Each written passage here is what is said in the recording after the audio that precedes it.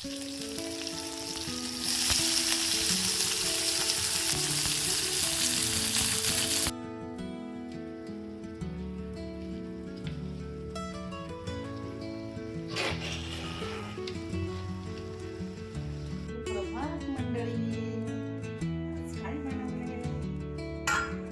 Maggi.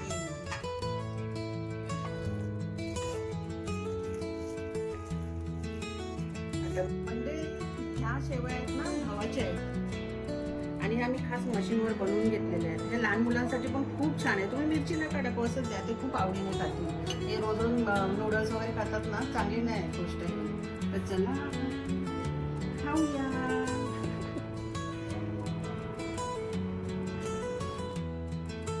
बगीरामच्या वॉकला जातो ना तर खाली पडलेले बॉल, तुटकं फुटकी खेळणी, जे काही दिसेल त्याला ते तशीच घेऊन येतो ना, अजिबात सोडत. तासभर तरी त्याच्यावर खेळत बसतो.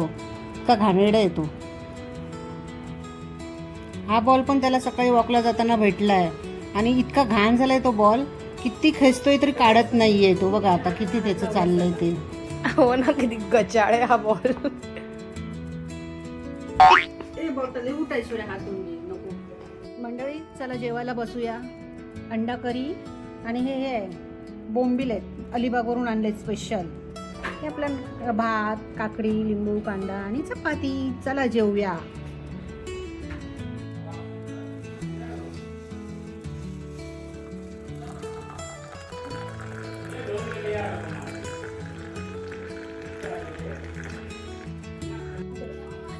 वर्करची पण विश्रांतीची वेळ झाली आहे.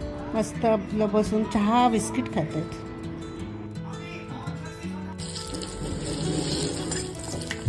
संध्याकाळच्या भुकेसाठी काहीतरी हवं असतं ना, म्हणून ही झटपट रेसिपी. हे भडंग बनवलं आहे, पटकन बनतं रे.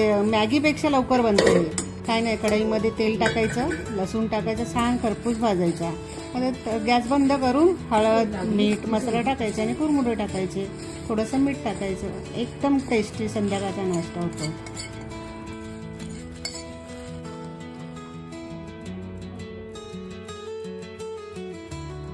रात्रीच्या जेवणामध्ये अंड्याचा रस्सा आहे, राईस आहे आणि थोडं चिकन होतं, ते फ्राय केलं. चला तर भेटूया मंडळी उद्याच्या ब्लॉगमध्ये. बाय.